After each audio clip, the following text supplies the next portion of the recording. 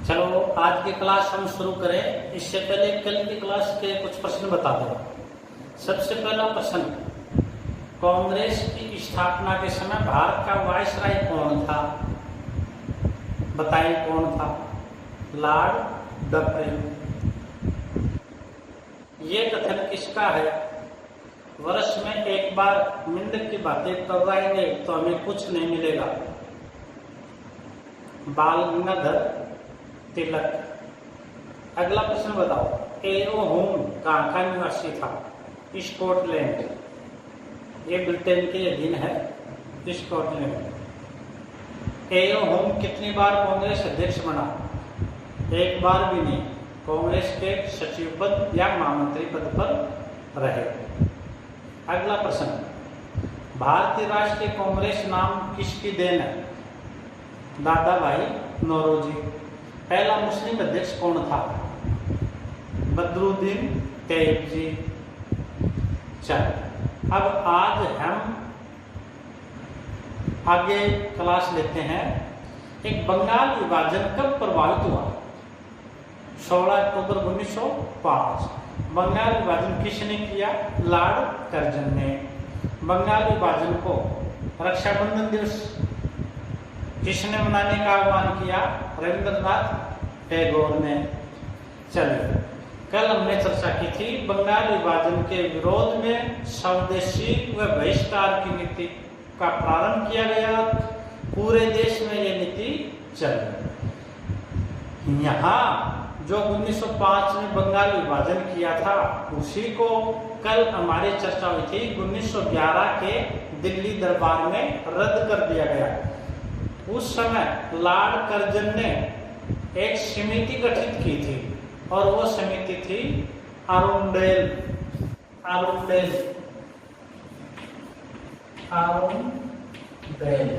इसका गठन किया था 1906 में, अगस्त 1906। इसकी सिफारिश के आधार पर ही 1911 में बंगाल विभाजन रद्द किया गया था। अब देखो आगे बढ़ रहे हम। 1905 में बंगाल का विभाजन था। पूरे देश में स्वदेशी एवं बहिष्कार का आंदोलन चला और 1905 का ही जो कांग्रेस का अधिवेशन था वो था बनारस में। इसकी अध्यक्षता की थी गोपाल कृष्ण गोखले ने। इस 1905 के बनारस अधिवेशन में जो गोखले के नेतृत्व में हुआ था, स्वदेशी एवं बहिष्कार आंदोलन को समर्थन दिया गया। अगला अधिवेशन था कांग्रेस अधिवेशन 1906 का। यहाँ देखो 1905 के बाद कांग्रेस में विचारधारा में एक नया वर्ग आता है जिसकी विचारधारा अलग थी और वो 1905 के बंगाल विभाजन से ही दिखाई देता है। 1905 में जो बंगाल विभाजन किया, इस बंगाल विभाजन में स्वदेशी एवं बहिष्कार की नीति को लेकर कांग्रेस के नेता दो गुटों में बटे हुए थे। नरम दल के नेता या उदारवादी जिन्हें हम कहते हैं, वो स्वदेशी एवं बहिष्कार केवल बंगाल में ही चालू रखना चाहते थे, परंतु एक ऐसा गुट था जो स्वदेशी एवं बहिष्कार को बंगाल में ही न रखकर पूरे देश में यह आंदोलन चलाना चाह रहा था। इस दूसरे जो गुट है इसमें बाल गंगाधर तिलक, लाला लाजपत राय, अरविंद घोष, विपिन चंद्र पाल थे। इस तरह से 1905 में कांग्रेस दो दलों में बटी हुई दिखाई देती है। अब अगला जो अधिवेशन होता है 1906 का, ये अधिवेशन महत्वपूर्ण है, दो दृष्टि से महत्वपूर्ण है। एक तो नरम दल और गर्म दल के बारे में और एक पहली बार स्वदेशी शब्द के बारे में। तो 1906 का जो अधिवेशन ये हुआ कोलकाता। इसके अध्यक्ष इंपॉर्टेंट है दादा भाई नौरोजी और वेरी वेरी इंपॉर्टेंट, पहली बार स्वराज्य की मांग की गई। कांग्रेस के मंच से पहली बार स्वराज्य की मांग की गई और इस कोलकाता अधिवेशन में जो गरम दल के नेता थे, गरम दल के नेता थे लाल बाल पाल। लाल से हो गए लाला लाजपत राय, बाल से हो गए बाल गंगाधर तिलक, बाल गंगाधर तिलक, और पाल से हो गए विपिन चंद्र पाल, विपिन चंद्र पाल, और एक थे अरविंद घोष, अरविंद घोष। ये मुख्य नेता थे गरम दल के। इनके प्रभाव से 1906 का जो कोलकाता अधिवेशन था उसमें पहली बार कांग्रेस के मंच से स्वराज्य की मांग प्रस्तुत की गई और गरम दल ने 4 प्रस्ताव पारित करवाए। ये 4 प्रस्ताव कौन से थे? पहला था स्वराज्य की प्राप्ति, दूसरा था राष्ट्रीय शिक्षा को अपनाना, तीसरा था स्वदेशी आंदोलन को प्रोत्साहन देना, और अगला था विदेशी वस्त्रों का बहिष्कार, विदेशी वस्त्रों का बहिष्कार। नरम दल वाले ये प्रस्ताव पास करना नहीं चाह रहे थे, गर्म दल वाले चाह रहे थे। दादा भाई नौरोजी को इंग्लैंड से बुलाया गया, इन्होंने इस अधिवेशन की अध्यक्षता की और दादा भाई नौरोजी ने दोनों दलों में समन्वय बनाया रखा। परंतु इसी मुद्दे को लेकर 1907 का जो सूरत अधिवेशन होता है उसमें कांग्रेस 2 दलों में विभाजित हो जाती है, एक गरम दल और दूसरा नरम दल। हम अगले चरण में चले तो कांग्रेस के विभाजन से पर चर्चा करें। उससे पहले हम चल रहे हैं राष्ट्रीय आंदोलन का द्वितीय चरण। अब देखो मुख्य मुद्दा था बंगाल का विभाजन, और बंगाल के विभाजन में स्वदेशी और बहिष्कार को लेकर कांग्रेस 2 भागों में बढ़ चुके थे कांग्रेस के नेता। दूसरा जो चरण है द्वितीय चरण, इसमें गरम दल का अधिक प्रभाव था, गरम दल के नेताओं का। इसमें गरम दल में एग्जाम में प्रश्न पूछा जाता, निम्नलिखित में से गरम दल के नेता कौन कौन थे? तो गरम दल के नेता कौन हो गए? लाल बाल पाल, अरविंद घोष। अच्छा, अब देखो ये जो द्वितीय चरण प्रारंभ होता है, एक बात आप अच्छी तरह से समझ गए, ये किस बात पर गरम दल किस बात पर अधिक प्रसिद्ध हुआ? बंगाल विभाजन में स्वदेशी एवं बहिष्कार की नीति को लेकर इस बात पर गरम दल के नेताओं का प्रभाव अधिक बढ़ा। ये जो द्वितीय चरण है 1905 से 1919, इसमें 2 तरह के आंदोलन चले।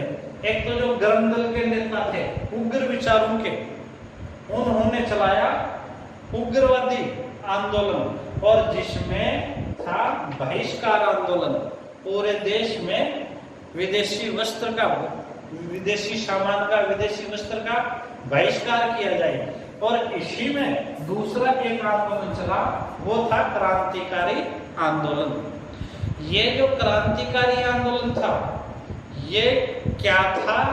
क्रांतिकारी अंग्रेजों की न्यायप्रियता में कोई विश्वास नहीं था, न गरम दल वालों को भी अंग्रेजों की न्यायप्रियता में विश्वास नहीं था। परंतु गरम दल वाले नेता बहिष्कार, सामान का बहिष्कार, व्यापार का बहिष्कार, इस आधार पर देश को आजाद करवाना चाह रहे थे। और जो क्रांतिकारी थे उनका यह था कि इन अंग्रेजों को बम और बंदूकों से मार करके भगा दो और ये वैसे ही भारत को छोड़ के जाएंगे, तब ये देश आजाद होगा। इन दोनों दलों का एक ही उद्देश्य था, ब्रिटिश राज से मुक्ति व पूर्ण साम्राज्य। अब देखो इस गरम दल या हम कहें द्वितीय चरण के उदय के क्या कारण थे? इसके कारण ये थे कि नरम दल था, दादा भाई नौरोजी, फिरोज शाह मेहता, गोखले, मदन मोहन मालवीय, बदरुद्दीन तैयब जी, इन नरम दल के नेता जो भी ब्रिटिश सरकार को अपने मांग प्रस्तुत करते, ज्ञापन देते, आवेदन पत्र देते, स्मरण पत्र देते, उनकी ब्रिटिश सरकार कोई मांग नहीं मानती थी, उन पर ध्यान ही नहीं देती थी। कहने का मतलब उनकी उपेक्षा करती थी। एक तो बड़ा कारण यह हो गया इस गर्म दल के उदय का कारण। दूसरा, इस समय देश में अकाल पड़ रहे हैं। उन अकालों के लिए ब्रिटिश जो सरकार है कुछ नहीं कर रही थी। अब महाराष्ट्र पुन्ना में अकाल पड़ा हुआ, उस समय अकाल की तरफ तो कोई ध्यान नहीं दे रही सरकार, और प्लेग फैल गया था। और इस प्लेग में घर घर दवाई छिड़कने के बहाने बदतमीजी पर उतर आ रहे थे ब्रिटिश सरकार। तो बाल गंगाधर तिलक ने अपने केसरी समाचार पत्र में एक लेख लिखा, क्या भारत के युवाओं में किसी में खून नहीं है जो अंग्रेज इस तरह की बदतमीजी कर रहे। उसी केसरी समाचार पत्र को पढ़ करके चापेकर बंधु ने, दामोदर एम बालकृष्ण चापेकर ने प्लेग अधिकारी रेन एंड अरेस्ट की गोली मार करके हत्या कर दी। इससे राष्ट्रीयता की भावना बढ़ी। यहाँ एक और खूब अच्छा प्रश्न है। ये जो घटना है इसके लिए तिलक के केसरी समाचार पत्र को जिम्मेदार ठहराया, और तिलक को इस केसरी समाचार पत्र में लेखन के लिए 18 माह की जेल की सजा दी जाती है। इस तरह से भारत में उग्र विचारों का बढ़ावा मिला। दूसरा, उस समय एक अफ्रीकी देश है एबिसिनिया, उसने यूरोप के शक्तिशाली देश को हरा दिया था। तो बड़ा कॉन्फिडेंस आया कि अफ्रीका का एक कमजोर राष्ट्र यूरोप के राष्ट्रों को, ईसाइयों को हरा सकता है। और एक 1905 में और घटना होती है, जापान ने बहुत बड़े चीन को हरा दिया। इससे भी भारतीयों में कॉन्फिडेंस आया और राष्ट्रीयता की भावना बढ़ी। राष्ट्रीयता की भावना बढ़ाने में तिलक का सबसे अधिक योगदान है। तिलक ने कहा था, स्वराज्य मेरा जन्मसिद्ध अधिकार है, मैं इसे लेकर रहूंगा। तिलक ने इसी समय एक तो गणपति उत्सव प्रारंभ किया 1893 में। गणपति उत्सव ये किया था 1893 में। और शिवाजी उत्सव ये किया था 1895 में। सामान्य जनता को जोड़ने के लिए या राष्ट्रीयता की भावना को बढ़ाने के लिए, बाल गंगाधर तिलक ने महाराष्ट्र में ये कार्यक्रम प्रारंभ किया। इधर लाला लाजपत राय कहते थे कि अंग्रेज हैं वो भिखारियों से गणना करते हैं, अतः अंग्रेज नरम दल वाले जो जिनको राजनीतिक भिक्षावृत्ति की संज्ञा दी थी, उनके कार्यकलापों को, उनके ज्ञापनों को, तब लाला लाजपत राय ने कहा था कि अंग्रेज भिखारियों से गणना करते हैं, अतः भिखारियों को कुछ नहीं देंगे। और एक और कथन था लाला लाजपत राय का, ये बनियाओं का देश है, इनके व्यापार का बहिष्कार कर दो, अपने आप भारत छोड़ जाएंगे। और एक एनी बेसेंट का कथन है, सारी हिंदू प्रणाली पश्चिमी सभ्यता से बढ़कर है।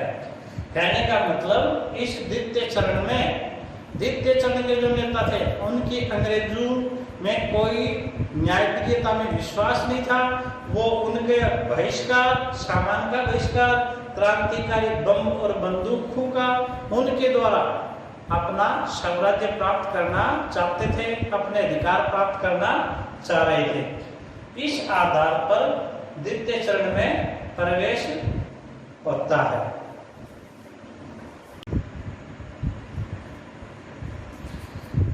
अब देखें कांग्रेस का 1906 का कोलकाता जो अधिवेशन था, उस अधिवेशन की अध्यक्षता दादा भाई नौरोजी ने की और उसमें कांग्रेस के गरम दल और नरम दल में समन्वय कर लिया। परंतु इसको वेरी वेरी इंपॉर्टेंट करेंगे, कांग्रेस का अगला जो अधिवेशन वो नागपुर में होना था, परंतु उसको नरम दल वालों ने सूरत में रख दिया।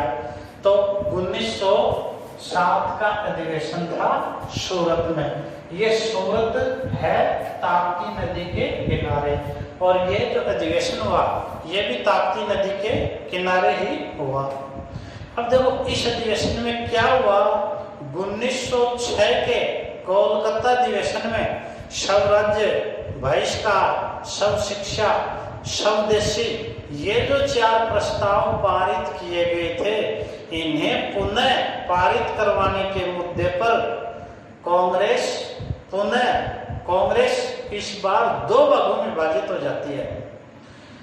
कांग्रेस के जो गरम दल के नेता थे वो बाल गंगाधर तिलक को अध्यक्ष बनाना चाहते थे, पर जब बाल गंगाधर तिलक पर सहमति नहीं बनी तब लाला लाजपत राय को अध्यक्ष बनाना चाहते थे, जबकि नरम दल वाले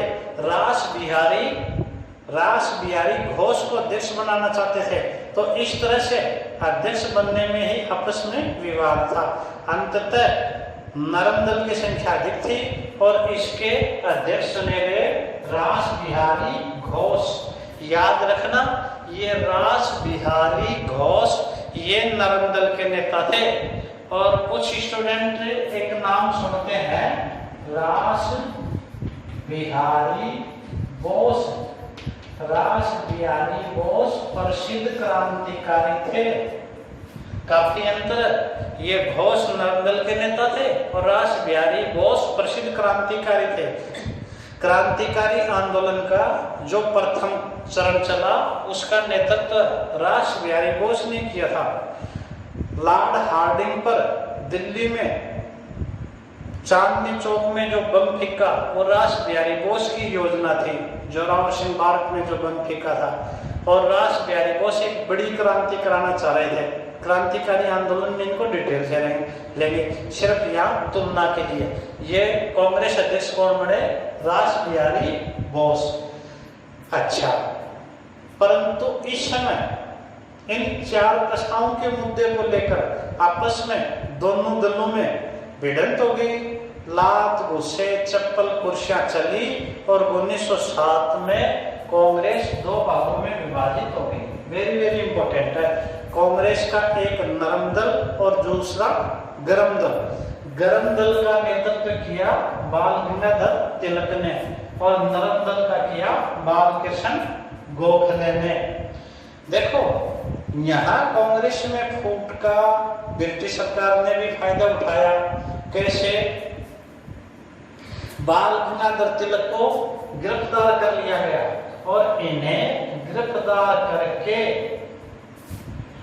1906 में 8 वर्ष के लिए मांडले जेल कहाँ बता सकते हो? ये है म्यांमार। उस समय था बर्मा, अब कौन सी है? मांडले जेल भेज दिया गया। कुछ जेलें बड़ी प्रसिद्ध है।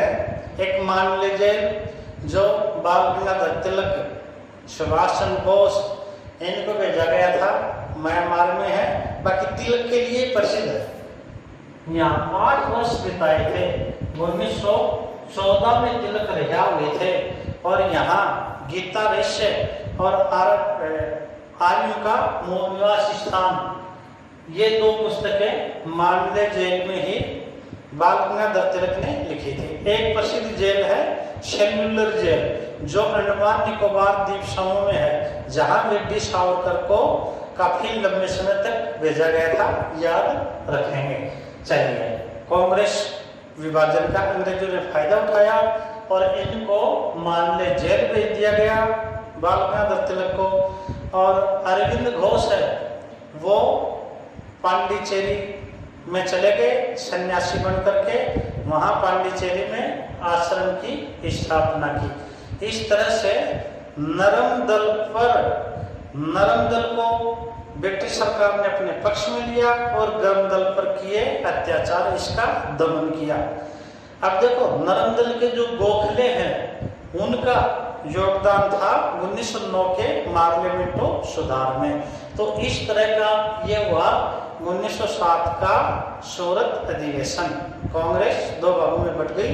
ताप्ती नदी के किनारे अध्यक्षता की थी रास बिहारी घोष ने। अब देखो आगे चलते हैं हम। इसके बाद में अगली जो घटना है वो है मुस्लिम लीग की स्थापना। मुस्लिम लीग की स्थापना, इनका बहुत बढ़िया से नोट्स बना लेंगे। मुस्लिम लीग की जो स्थापना है वो 30 दिसंबर 1906 को ढाका में, ढाका में।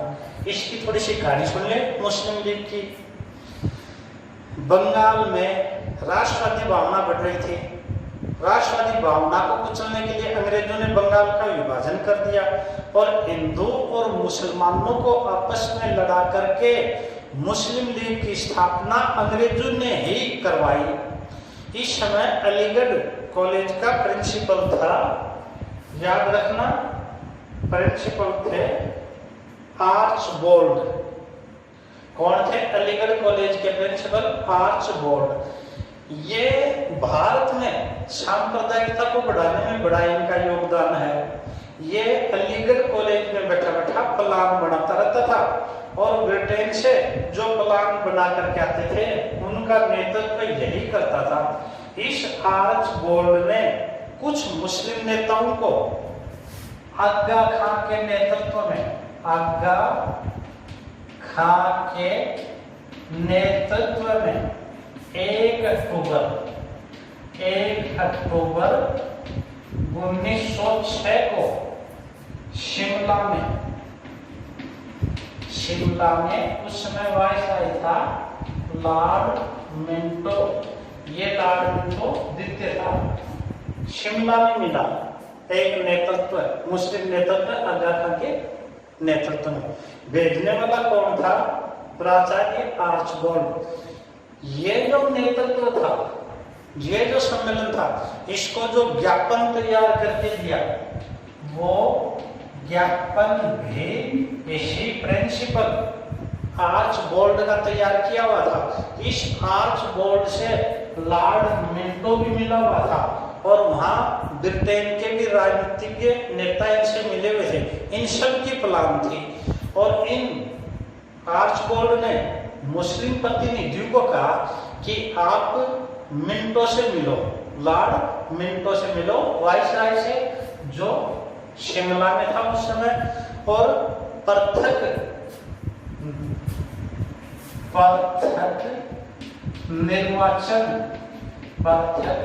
निर्वाचन प्रणाली की मांग करो। मतलब मुसलमानों के लिए सांप्रदायिक निर्वाचन प्रणाली की मांग करो। यही हुआ। आर्चबोल्ड ने भेजा आगा खां के नेतृत्व में, मिंटो ने स्वागत किया और इनको आश्वासन दिया आपको निश्चित रूप से आपकी मांगें मान ली जाएगी। और वहां से आकर के 30 दिसंबर 1906 को ढाका के नवाब सलीमुल्लाह खान की अध्यक्ष सलीमुल्लाह खान ने मुस्लिम लीग की स्थापना की। अच्छा प्रश्न है, मुस्लिम लीग की स्थापना कब हुई? 30 दिसंबर 1906। कहाँ हुई? ढाका में। और इसका संस्थापक कौन था? सलीमुल्लाह खान। देखो, उस मुस्लिम नेतृत्व में आगा खां, मुश्ताक हुसैन प्रसिद्ध नेता थे। संस्थापक में नाम आएगा सलीमुल्लाह खान और इसका मुस्लिम लीग के प्रथम अधिवेशन की अध्यक्षता की थी मुश्ताक हुसैन ने। इसके क्या उद्देश्य थे? भारतीय मुसलमानों में ब्रिटिश सरकार के प्रति भक्ति उत्पन्न करना और भारतीय मुसलमानों के राजनीतिक व अन्य अधिकारों की रक्षा करना। वैसे भारतीय राष्ट्रीय कांग्रेस के विरोध में मुस्लिम प्रतिनिधियों द्वारा अंग्रेजों ने अखिल भारतीय मुस्लिम लीग की स्थापना करवाई थी। ये उनके उद्देश्य हो गए। इनका योगदान था आर्चबोल्ड का, आगा खां का। और इस समय मुस्लिम लीग की स्थापना के समय वायसराय कौन था? लॉर्ड मिंटो जित्ते। अच्छा, अब देखो लॉर्ड मिंटो ने अब यहाँ 1907 के कांग्रेस के सूरत विभाजन के बाद गर्म दल वालों को जेल में डाल दिया, उनको अलग थलग कर दिया और नरम दल वालों को पक्ष में लेने के लिए ब्रिटिश सरकार ने मामले मिंटो सुधार अधिनियम 1909 प्रस्तुत किया। इसे भारतीय परिषद अधिनियम 1909 भी बोलते हैं। एक एग्जाम में प्रश्न पूछा, भारतीय परिषद अधिनियम 1900 निम्नलिखित में से कौन सा है? पहला ऑप्शन था मामले मिंटो सुधार, दूसरा था मॉन्टेग्यू चेम्सफोर्ड सुधार, तीसरा था मैकाले सुधार, चौथा था वुड डिस्पेच सुधार। तो याद रखोगे भारतीय परिषद अधिनियम 1909 किस नाम से जाना जाता है? मामले मिंटो सुधार। देखो मिंटो तो था वायसराय, मिंटो क्या था? भारत में बैठता था वायसराय। और ये मामले कौन था? ये था भारत सचिव। और ये भारत सचिव बैठता था लंदन में। ब्रिटेन सरकार का कैबिनेट मंत्री होता था जो भारतीय मामलों को देखता था। इसमें क्या क्या प्रावधान किए गए? वैसे तो ये नरम दल वालों को खुश करने के लिए थे और इसके निर्माण में गोखले का योगदान था।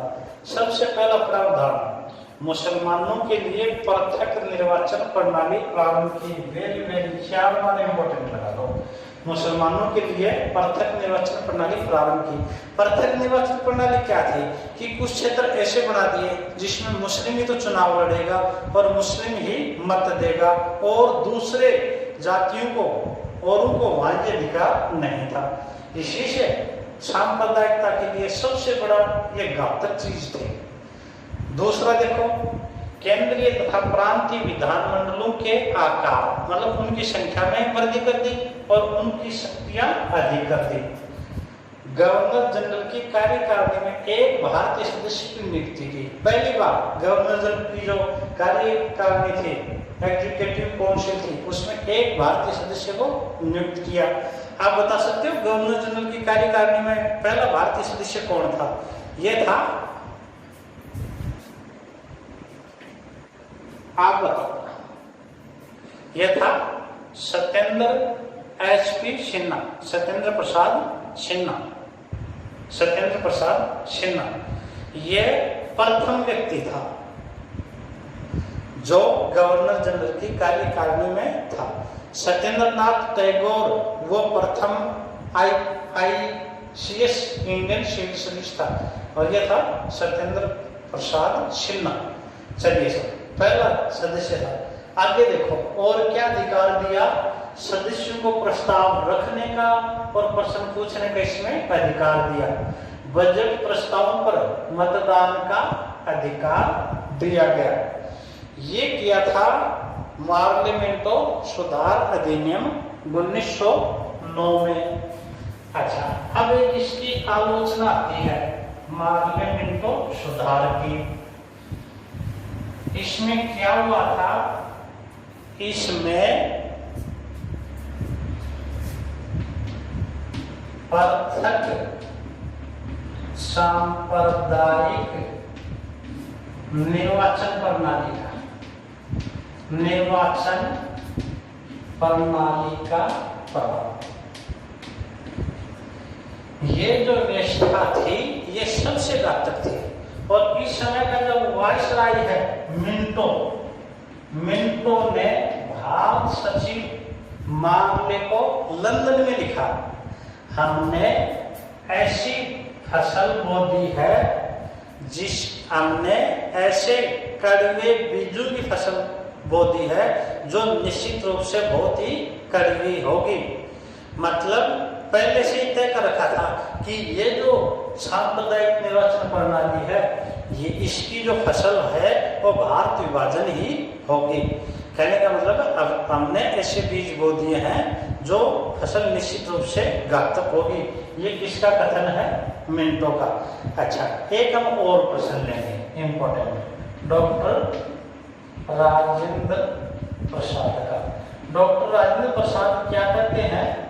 भारत विभाजन के बारे में कहते हैं। भारत विभाजन के लिए न मुस्लिम लीग जिम्मेदार है, न जिन्ना जिम्मेदार है, न कांग्रेस जिम्मेदार है। इसके बीज 1909 के मार्ले मिंटो सुधारों में मिंटो ने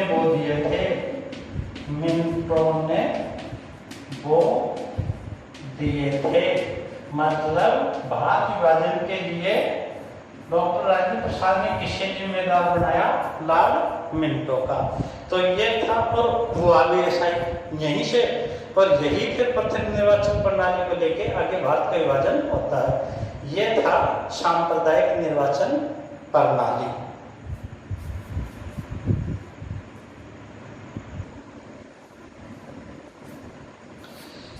ब्रिटिश सरकार ने बढ़ती राष्ट्रीय भावना, बढ़ते हुए कांग्रेस के आंदोलन, क्रांतिकारियों के आंदोलन को कुचलने के लिए राजद्रोह सभा अधिनियम 1911 बनाया गया। इसके तहत राजद्रोह के आरोप में कठोर दंड का प्रावधान किया गया। अगली घटना है दिल्ली दरबार 1911। 12 दिसंबर 1911 को दिल्ली में एक भव्य दरबार का आयोजन किया गया।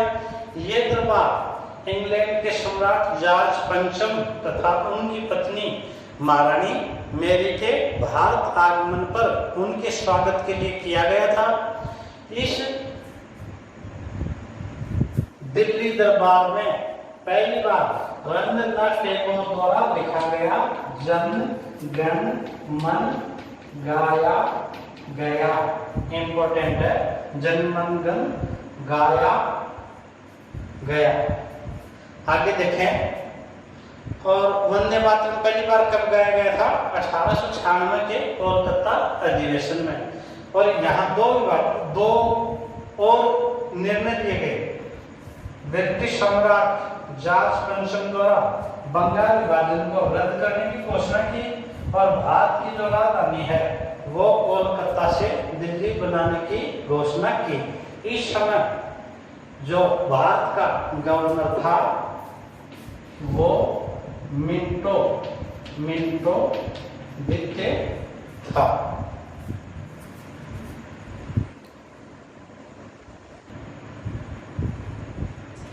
एक देखें, ये जो बंगाल विभाजन को जो रद्द किया, इस बंगाल विभाजन को रद्द किया, इसके लिए एक समिति गठित की थी जिसकी हमने अभी चर्चा की थी। उस समिति का नाम था अरुंडेल समिति। और ये जो अरुंडेल समिति थी ये अगस्त 1906 की है। अगस्त 1906 की है।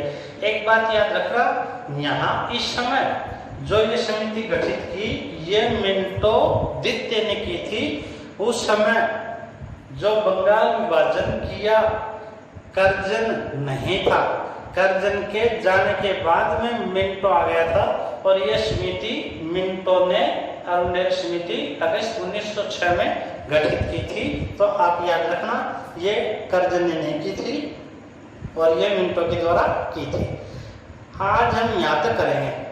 पीछे का कल की क्लास में राष्ट्रीय आंदोलन प्रारंभ से लेकर और 1911 के दिल्ली दरबार तक पूरा तैयार रखना।